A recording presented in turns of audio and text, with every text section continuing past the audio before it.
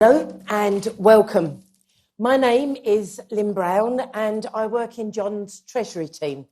I am the Shadow Minister for Social Justice. I really do find it very difficult to express just how proud I am to be here today introducing John for what is likely to be the final speech in this campaign, his final speech in this campaign. John is genuinely the hardest working person I have ever known. He has campaigned for social justice his entire life, and I'm hoping by this time next week he is going to be our Chancellor for the Exchequer.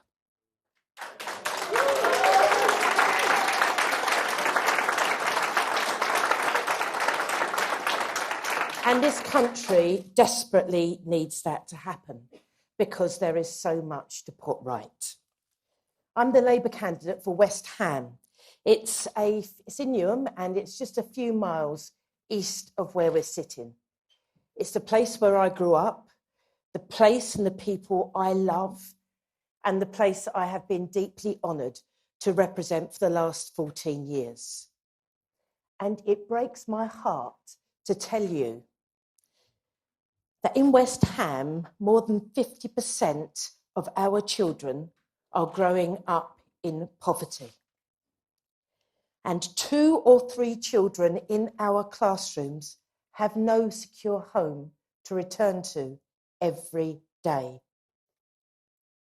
The housing crisis has grown so bad in our country that every 8 minutes, a child loses their home.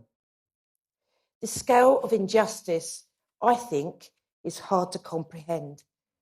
Newham isn't a very large area, but there are 27,000 people on the council's waiting list. Families who need and deserve a council home, a rent they can afford, just like I had when I was growing up. If my family hadn't had that little council flat in the heart of Silvertown, I wouldn't be standing here today. I really know that. My families need and deserve that same stability and that affordability, but they just can't get it because of a toxic, long-term mix of privatisation and woeful underinvestment. Our manifesto will end both. Child poverty in West Ham is at 50%. We have the highest homelessness in the country. And if that weren't bad enough, Newham schools are being cut by £475 for every pupil. Our local NHS is being cut by the equivalent of 2,000 GPs. Under the Tories, dreams are stifled. And if we don't secure change this Thursday, all of that will simply continue. The Tories' scanty manifesto offers no solutions to the long-term problems in our society. And when it comes to our core public services like policing and schools, the Tories won't even commit to repair the damage that they've already done. We will end child poverty. We will ban 0-hour contracts and guarantee workers more control and a real living wage. We will restore our NHS to excellence and reinvest in our schools, our youth services and our police. And we can end the shame of vulnerable elderly people left without care and stopping it costing them the earth when they need it. Communities like mine need change desperately, desperately. And Labour is the only party that can offer that change. And with this brilliant manifesto and extraordinary leaders like John at our front, we can bring back hope. I'm so proud to be able to introduce in my home city our next Chancellor, my friend, the brilliant, the compassionate, the caring and the dedicated John McDonnell.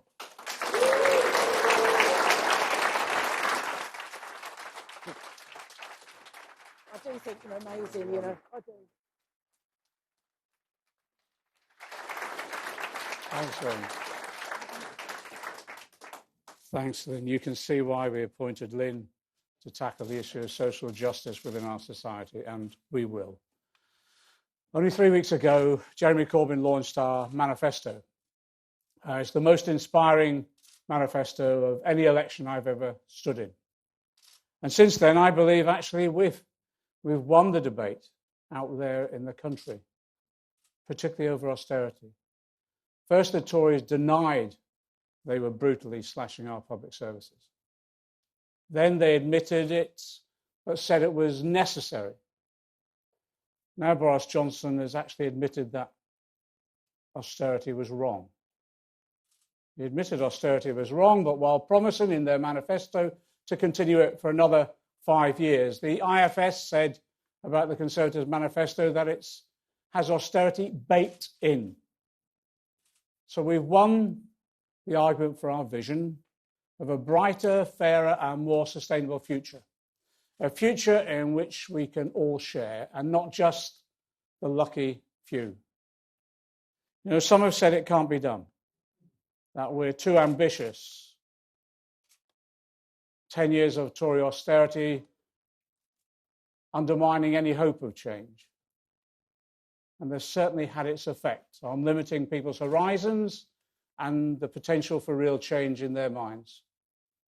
But let me be absolutely crystal clear about this. We're setting our sights higher than any opposition party has ever done before. And we're doing that because, well, we have to. Because the scale of the challenge is greater than ever before. And it is, as Lynn has said, it's about rebuilding the shattered communities and our public services. It's rebuilding from the wreckage which the Conservatives and, yes, the Liberal Democrats, when in power, have created over the last 10 years. And it's while at the same time we believe we've got no time to lose. No time to lose if we're going to stop the climate emergency that we face getting worse and almost untacklable. Any future general election will be too late. We need to start this week, and we need to start together. I think only a Labour government will mobilise the necessary resources and put communities which the Tories have held down for so long at the heart of our plan to rebuild Britain. And yeah, I admit it, that needs ambition, but it also needs ambition matched by a plan. So I've been meeting with the shadow cabinet members, each of my colleagues, for months now. We've been drawing up detailed plans for the departmental budgets. It's the old Star Chamber exercise, but Jeremy thought the description of it as a Star Chamber was a bit too aggressive, so we just call them budget planning exercises now in the Corbyn style. And we've been talking to them about their priorities and working up draft plans to hand to the civil servants on Friday. So let me now just set out some of the first priorities in the first 100 days of our team in the Treasury, and how we'll put power and wealth into the hands of those who create it. Firstly, the next few years are vital if we are going to tackle climate change and the environmental emergency that we face. And doing that, yes, will mean getting money, moving out of this city and out of Whitehall into the places where it's needed. We've wasted 10 years of Tories serving the interests largely of big polluters. And in too many parts of the country, we've been wasting people's potential for much longer. That's down to successive governments sitting back and leaving the fate of whole communities to the mercy of market forces. Good jobs and whole industries that were once the pride of our country have been lost and replaced with, well, dreary, exploitative, insecure and low-paid jobs. Or in some cases, no jobs at all. It's no wonder people feel disillusioned in politicians and politics. And as our manifesto makes clear, turning these two things around will be our number one priority in government. And it is our green industrial revolution. It will deliver changes that we need to avert the climate catastrophe. And it will put British industry back on the map, bringing prosperity to every part of the country. And it will give every community something to be proud of. The pride that comes, yes, from an honest day's work, yes, of course, but also more than that. The pride of being on the right side in this crucial moment in history. The pride, quite literally, of helping and contributing to saving the planet. A few weeks ago, I launched our regional manifestos. They set out how every single part of the country will benefit from our green industrial revolution. They set out a plan to expand and create new industries in each region. And the first priority of a Labour government will be getting investment that is needed to make this happen. We'll set up our National Transformation Unit immediately before Christmas so it can start work in the Treasury before being moved out to its new office in the north of England early next year. It will provide the initial finance for our new National Investment Bank, regional development banks and Postbank. And using the power of the Treasury to get affordable finance into every high street in Britain. We've already started our meetings with the Treasury officials. They're working up plans and getting ready to implement this as soon as we go into power on Friday morning. So don't be fooled by the doubters who say our plans are unachievable. Now, I believe a decade of austerity and 40 years of believing the market knows best have dulled people's sense of what's possible, just as actually they were intended to do. That's why if we're to help make hope real again, we need to remake government and what people expect from it. We're creating new institutions that will become the normal part of people's lives, like the NHS. Institutions that we will come to cherish and rely upon, like the NHS. And like the NHS, institutions that will only be set up under a Labour government. Central among these institutions will be publicly owned and democratically run utilities. Because when Labour puts money in your pockets, we'll also put power back in your hands. In the last election, our manifesto was leaked by someone who thought public ownership would be unpopular. It turned out to be something that unites people right across Britain, young and old, leave and remain. And that's not surprising when you think about it. Even the Financial Times has conceded that privatisation was often an organised rip-off. People are fed up with paying high bills just so that money can be siphoned off by shareholders. But they're also fed up of feeling like they've lost control over their lives. And this isn't just a feeling. Thanks to privatisation and outsourcing and offshoring and similar initiatives pursued by the Thatcher government and Conservative government since, in the name of market efficiency, more and more aspects of our lives are shaped by remote corporate interests over which we have little or no control. So the second and key priority for me, a Labour government will change that. When we win power, it will give power to you, the citizens, because we believe in democracy and we believe in you. Since our first public ownership since we put public ownership back on the political agenda, we've been talking about our plans in more detail and consulting on them with experts, trade unions and industry. And we're ready to go with them. In our first 100 days, we'll start the processes of bringing water and energy into public ownership.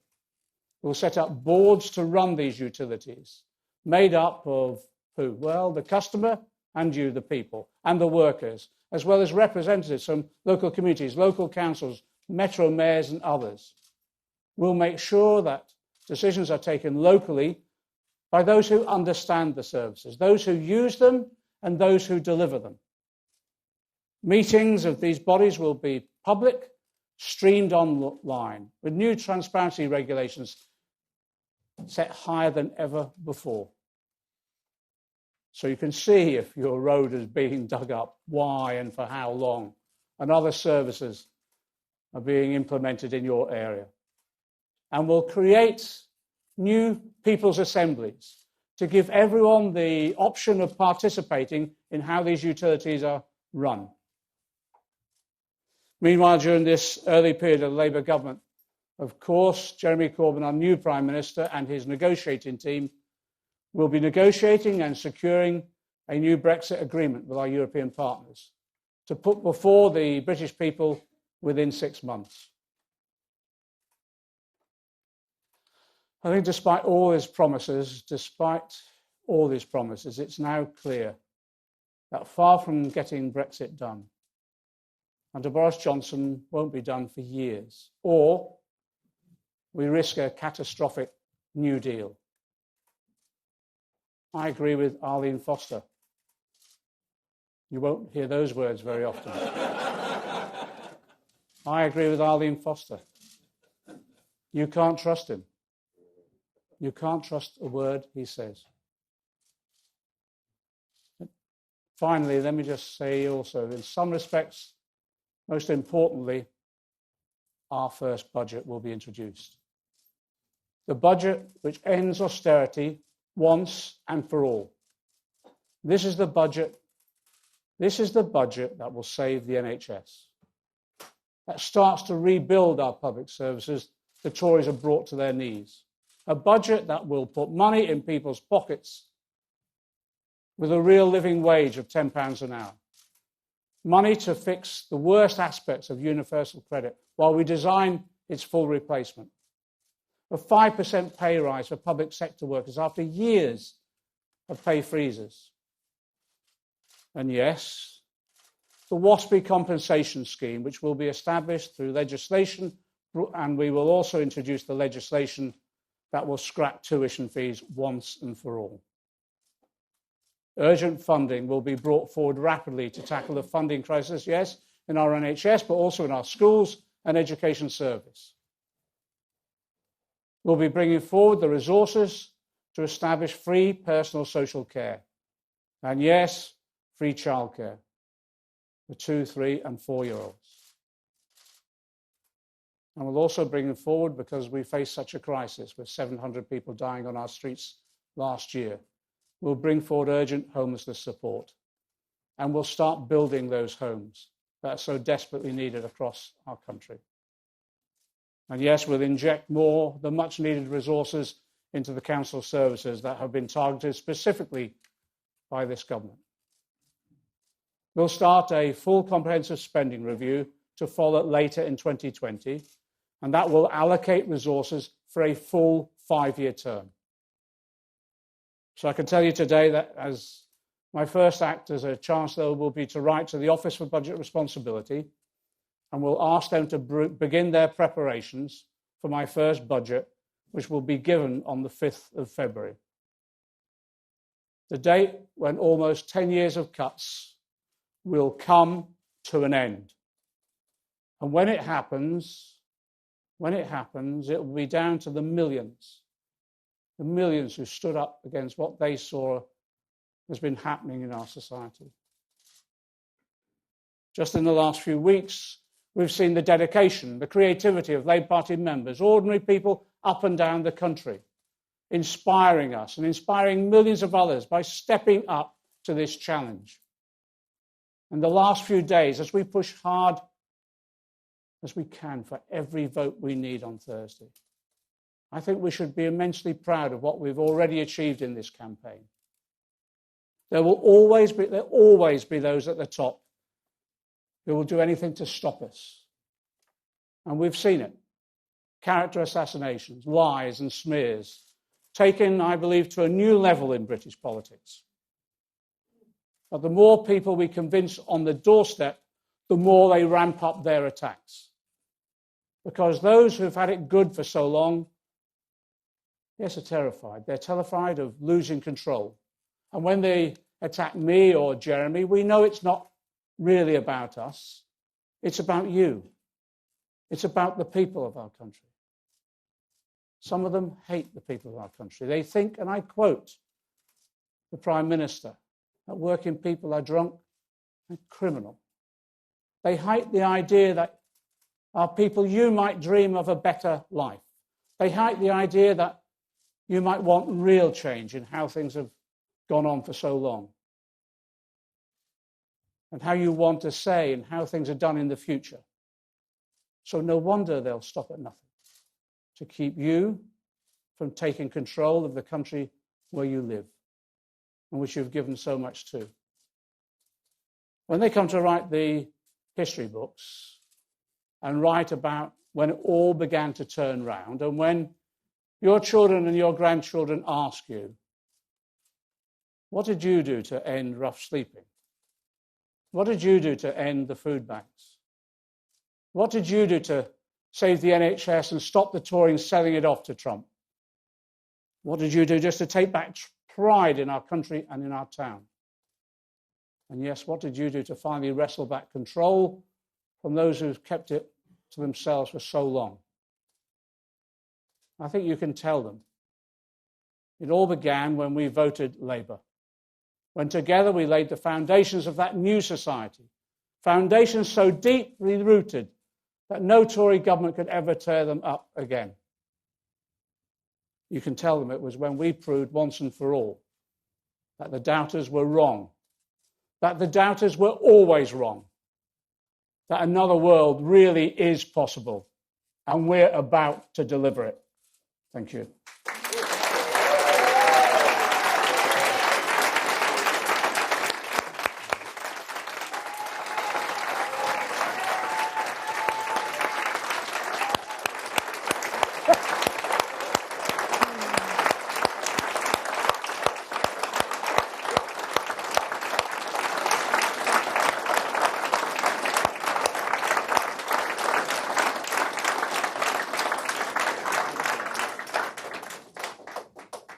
So, John's now going to take some questions.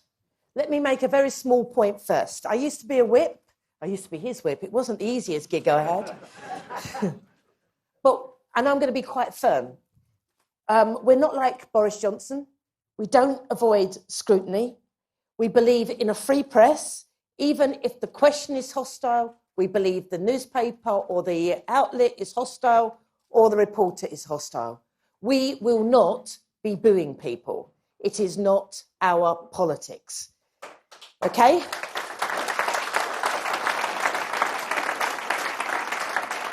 And frankly, unlike the poor excuse we currently have as a Prime Minister, there isn't a question that John can't answer. So I'm going to take people from the press first, and then I'm going to open it up to the floor. I can barely see you, so I'm just going to have to go with the eyes rather than the names.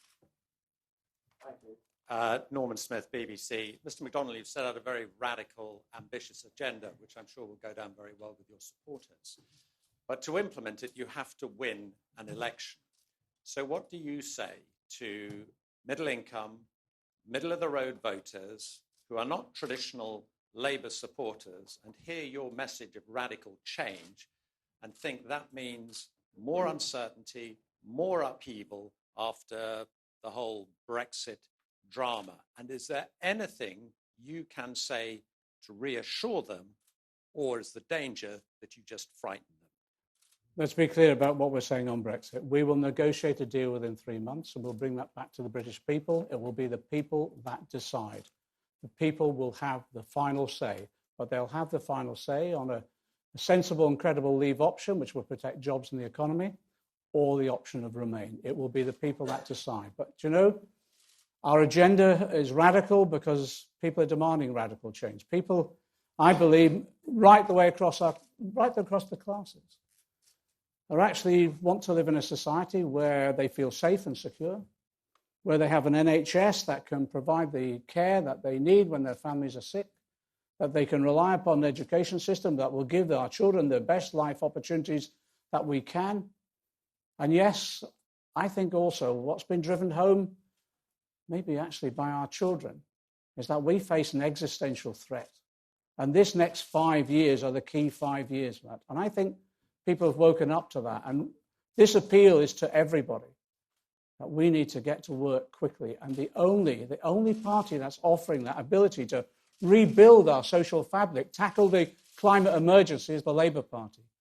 And in that way, I think that will enable us not just to deliver a Labour government, but to deliver the profound change that we need after 10 years of being held back by Tory austerity.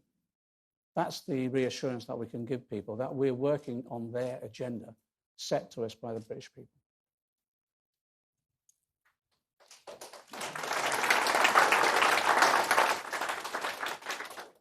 Paul Ward from HuffPost. Mr. McDonnell, you stressed repeatedly the climate change emergency. Tony Blair famously said on the eve of the 97 election, there are 24 hours to save the NHS. Today, it sounds like you're saying there's 4 days to save the planet, or at least for Britain to make a serious contribution to tackling it. Is that correct? Would that be fair to say that? And secondly, Keir Starmer said on Friday he'd vote again for Remain in another referendum. Would you do the same? Okay. Let's be clear what we're dealing with here. We're dealing with a twin emergency. One is the emergency we face in our social fabric, and the second is climate emergency. And I think this next few days, and on Thursday, is the opportunity to tackle both. So it does mean saving the NHS. And I don't know whether many of you saw that picture of a child this morning being treated in the Leeds General Informed for pneumonia on the floor. That's how bad it's got after 10 years of austerity. So we need to tackle that emergency. That's happening in our hospitals, our GP surgeries, our clinics right the way across the country. But also we have to recognise this next 5 years are going to be key if we could stand any chance of tackling climate change whatsoever. So there's a twin emergency facing our country, and this next few days are absolutely key in making sure that we stand any chance of addressing them. That's why, as I say, our children and grandchildren, if we don't rise to this challenge, I don't think they'll ever forgive us, and they'd be right. Oh, sorry. With regard to the situation, as you know, we'll negotiate another deal. I'll assess that deal at the time in terms of whether it's a credible option and protects the jobs. I'm sure that what we've negotiated in our discussions with the European Union in the past, I believe that we'll be able to achieve. I've said consistently about I can't see a better deal than Remain, but when we bring that deal back, people will make their own assessment of it, and I will as well. But the bottom line is we will protect jobs and the economy no matter what comes out of this, but it will be the people that decide. It will be the people who decide this issue once and for all. And then, and I don't think any other leader could do this other than Jeremy Corbyn, at that time we'll have the opportunity then of bringing people back together. Shihab Khan, ITV News. You've repeatedly mentioned taking public utilities into public ownership. Nationalisation seems to be one of your key policies. Private investors may not be willing to sell you their shares unless you pay well over market value. Is there a price that you're not willing to pay, or is this just a blank cheque that you're willing to spend? No, it's not a blank cheque. We'll go through the normal exercises. Every other elements of public ownership have been done in the past. Parliament will determine the price, and bonds will be issued for shares. And in that way, we'll have a smooth transfer, because this has become actually interesting enough in opinion poll after opinion poll when we've been raising these issues. Opinion poll after opinion poll has demonstrated overwhelming support for bringing these basic public utilities back into public ownership. Why? Because they're mostly natural monopolies, but secondly also because people feel ripped off. And we believe actually we can, under public ownership and management in the form that we've set out now, not the old-fashioned nationalisation, but new forms of public ownership in which people are in control, the workers, the users, the consumers, the passengers, and yes, of course, expert management. We can manage them effectively, make sure that they're contributing to the wider policy agenda of climate change as well, and at the same time, reduce bills. In that way, I think we're responding to that demand now that the British people have had enough of being ripped off by privatisation, exploited by profiteers. And what we want now is long-term stable investment in those basic public utilities to provide us with the best possible services. Gentleman at the back. Yeah.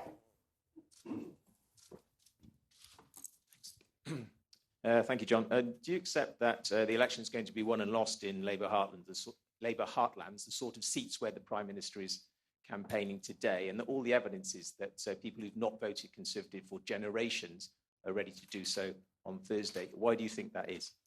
I think it's going to be won or lost right the way across the country. I think you'll find that there'll be some surprising results right the way across the country. And isn't it interesting that as the Prime Minister tours around different constituencies, he finds it incredibly difficult even to mix with people because of the response he's leaving and what we're getting back on the doorstep. He's most probably the least trusted politician that people have ever experienced. And Arlene Foster, I think, has come to a judgment this morning, which is echoed right the way across the country. This is a man whose word you cannot trust. You don't fear that Labour voters are going to do. What we're finding on the doorstep is Labour voters now are looking back on what's happened over the last near decade of austerity as a result of Tories and Lib Dem governments together, and they've had enough. I think they want real change. And I think what you'll see is, despite what's happening in the opinion polls, although the opinion polls have consistently been trending towards us, I think you'll see, as some of you were shocked in the 2017 general election, I think you'll be even more shocked this time around. Jason Farrell, Sky News. Let me take you back to a question you asked yourself back in 2017 at a fringe event in Labour conference. You said, what happens if there's a run on the pound? What happens if there's the concept of capital flight? I don't think there will be, but you never know. So we've got a scenario plan for that with less than a week until a possible Labour government. Can you tell us what that plan is? And I said very, very clearly there wouldn't be. There wouldn't be. And that's all the advice that we've been getting. In fact, my fear is that the pound will start going up because of our investment plans. And what we need to do now is make sure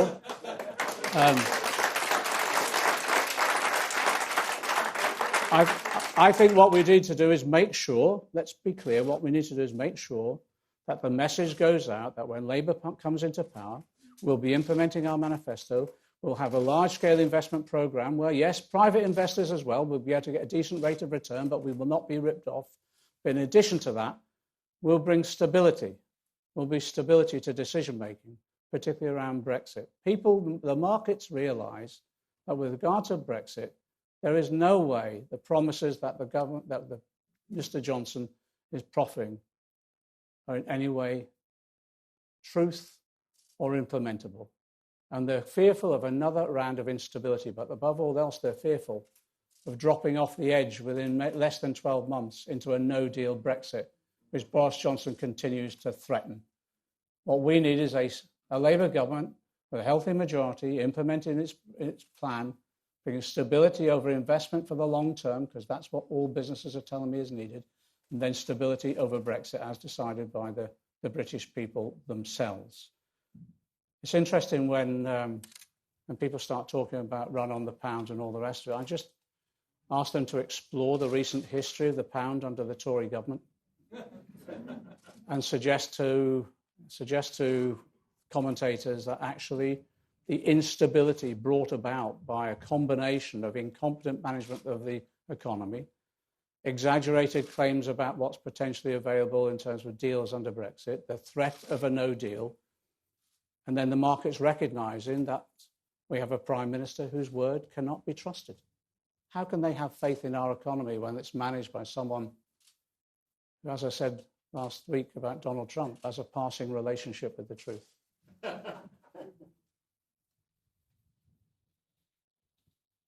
John, the Sunday Times reported yesterday that in the event of a Labour defeat, there could be an interim leader to oversee a leadership contest next year with you as a potential figurehead. Is that something that you can categorically rule out? And secondly, you say it's an emergency in terms of climate change.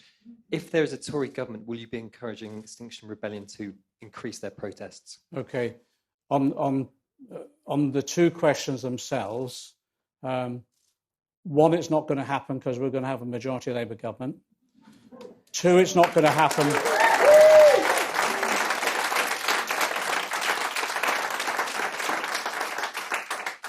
Two, it's not going to happen because we're going to have a majority Labour government. So, and I take nothing for granted. I just think that people have had enough. They've had enough of austerity. They've had enough of being lied to by Boris Johnson and his colleagues. And I think they've had enough of the irresponsibility of a Tory government completely ignoring the climate change threat and the crisis our public services are undergoing. That's why I think they'll want real change. But it will be dependent on turnout. And the most important thing now is to make sure people turn out and vote on the day, and make sure that they realise just how significant this election is. This is the most important election facing any of us for generations, because it is about the future of our climate, our planet itself, but it's also about the future of our public services and the nature of the society that we want to live in. I do not want to live in a society where 700 people, homeless, died on our streets last year. I do not want to live in a society where a child with pneumonia is treated on the floor of one of our hospitals. I don't want to live in a society where there's such grotesque levels of inequality. And when we come into government on Friday, we'll start tackling those problems and challenges in earnest, but we'll do it together as a community and as a country.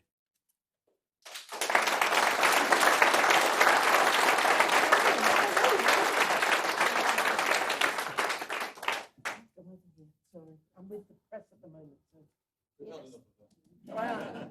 You've never had enough of the press. Not at all. Sorry. Yeah. Thank you. Harry York from the Daily Telegraph. Mr. McDonnell, yesterday you acknowledged that anti-Semitism in the Labour Party may have harmed your electoral chances. But one of the things that keeps coming up in focus groups is that your manifesto and your spending plans are so vast that voters don't believe you can deliver on them. In hindsight, do you think that you've gone too far in this campaign? Okay. I dealt with anti-Semitism yesterday, and I accepted quite an emotional appeal, but that's how strongly I feel about it, and we're dealing with it, simple as that, and we always will. With regard to our spending plans, what we've tried to do is get across to people, and I think they feel this as well, the scale of the emergencies we face, the scale of the challenges we face. And that means we have to scale up our response, and that's what we've done. But yes, the combination of, with the greatest respect, Tory lies and some of their friends in the media reiterating those ad nauseum, and at the same time, that feeling of 10 years of austerity, narrowing in people's horizons, have had some effect. So what we've been doing is the thing that the Conservatives can't ever do. Actually, we have nearly 500,000 members. We've been on the doorstep explaining in persuasive conversations what we mean, what problems we face, how we'll implement them. But more importantly, Lynn and I and my whole team, we've been touring around for nearly 2 years, town by town, every other Saturday. That's why we look so absolutely shattered. Not you, Lynn. Not you, look lovely. You look lovely. You look lovely. Me, I meant. But we've been touring around, we've been having town hall meetings. And we go along and we say, some of you have heard this, we go along and we say, here's the statistics for your local economy. You tell us what it's like. We go along and say, here's our menu of policies. You tell us what's needed. Will these work? Will they won't? What else do we need to do? And our manifesto has been written from the grassroots upwards in that way. And it's been buzzing with ideas. And then we've done the regional manifestos based upon the detail of where people want that investment, the sort of jobs they want, the public services that they need. And it's just been an exercise of fundamental democracy within our society. And I think it's been one of the most exciting things we've done. Maybe not hit the headlines, but having 150 to 250 people in a room all day Saturday telling us and talking about, and they're business leaders, trade unions, local community representatives, and yes, lots of Labour Party members and others, a lot of voluntary organisations turning up. That's been one of the most thrilling things we've done, most effective things we do. So we've built confidence from the grassroots upwards that change is needed and change can happen. They've told it that, look, the establishment keeps telling us there is no alternative. It's gone on for nearly 40 years. There is no alternative. Well, people have had enough. They said there is, and we're going to make sure that alternative is implemented. And it starts on Friday morning with the Labour government when Jeremy Corbyn turns up on his bicycle and takes off his bicycle clips and walks up to Downing Street, and we go into government.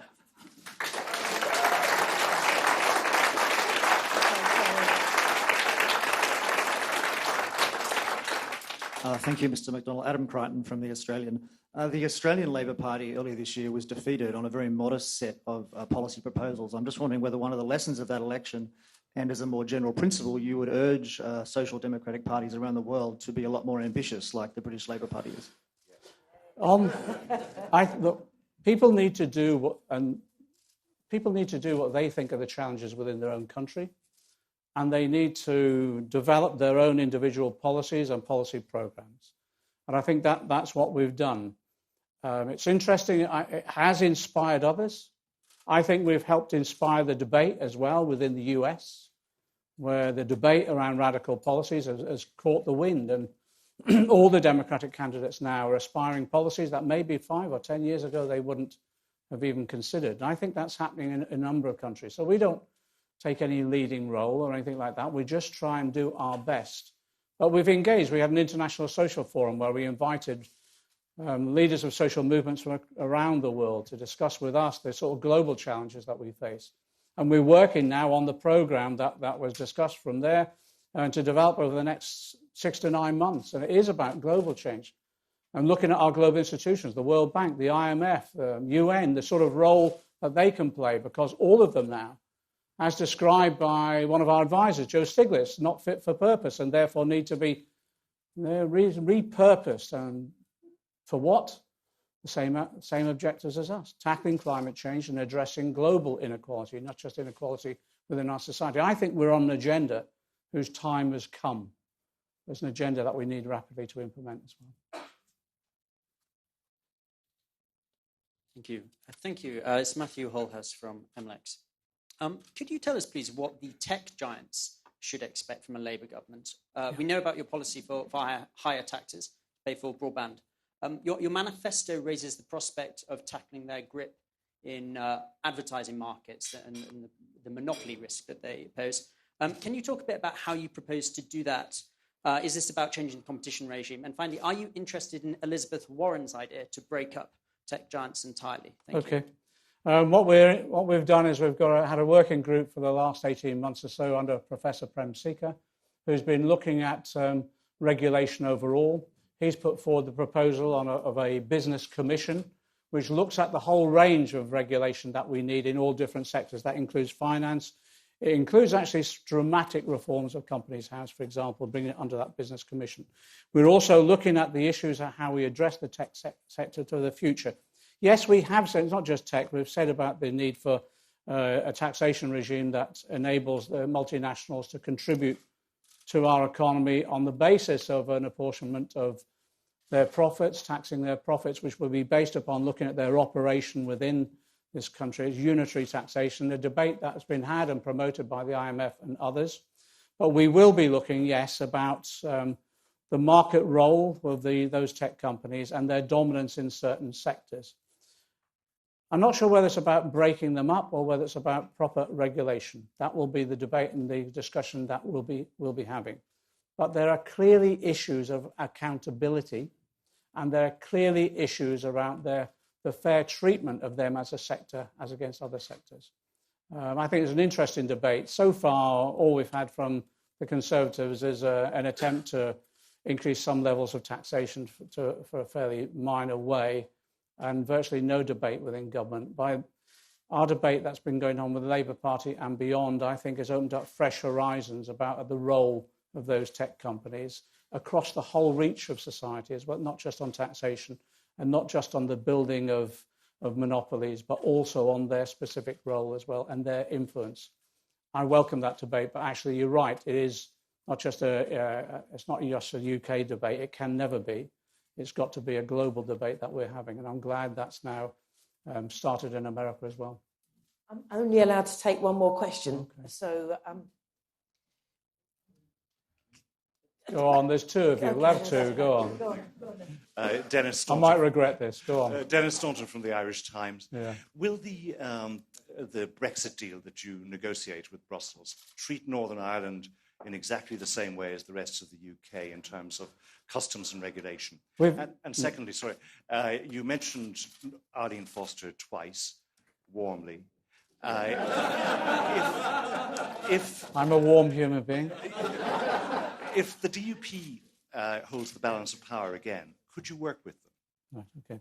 On that last point, what we'll do is we'll go in as a majority Labour government. If we were in a minority position with no deals, no pacts, no coalitions or anything like that, we'll put forward our programme and we'll implement that programme. It will be up for other parties to actually take their decisions on what aspect of that programme they'll support or those that they don't. I actually think, over the years, you might find this surprising, but over the years I've worked with individual DUP politicians. I can't see them voting against the real living wage. I can't see them voting against the levels of investment that we want to put in, right the way across the country, including in Northern Ireland. I can't see them voting against the funding that we want to put into the NHS, our education, our public services overall. So I would expect them to support Labour government's programme as we implement it. With regard to the European Union, we've made our position clear that we want a new permanent customs union. And that was part of our negotiations in 6 weeks of negotiations with the Theresa May cabinet. That actually fell out in front of us. It was a bit embarrassing for them. And what we made that as one of the foundation stones of any future agreement. And that would enable, therefore, Northern Ireland to continue on as it is, and it would not in any way undermine the Good Friday Agreement, which we uphold so strongly. Last one. Mr. McDonnell, Dan Bloom from the Daily Mirror. You've said it yourself, it's been a pretty gruelling, hard-fought campaign. I've enjoyed it. If you win on Friday, what will be the first thing you do personally for yourself when that black door of number 11 closes behind you? And if I may, if you don't win, would you step aside from your post immediately, or do you think it's right to stay in office for a while in that situation? On the second question, we're going to win. What we'll be doing, literally within minutes of the general election result being known, literally within minutes, we'll be meeting with the Permanent Secretary, with HMRC, and we'll be getting the letter off to the OBR to start the first budget process. There's got to be a sense of urgency about what we do, and there will be. That's why having that budget 8 weeks from this Wednesday, as soon as we possibly can in February, is absolutely key for us. So we'll start work immediately. That's personally, Lynn is telling me what I've been living off for the last 4 weeks, but it's a product that actually I don't want to receive large numbers of, so I won't mention, okay? but it contains chocolate and a biscuit. But actually we'll have those whilst we're preparing the first budget. Okay, thanks a lot.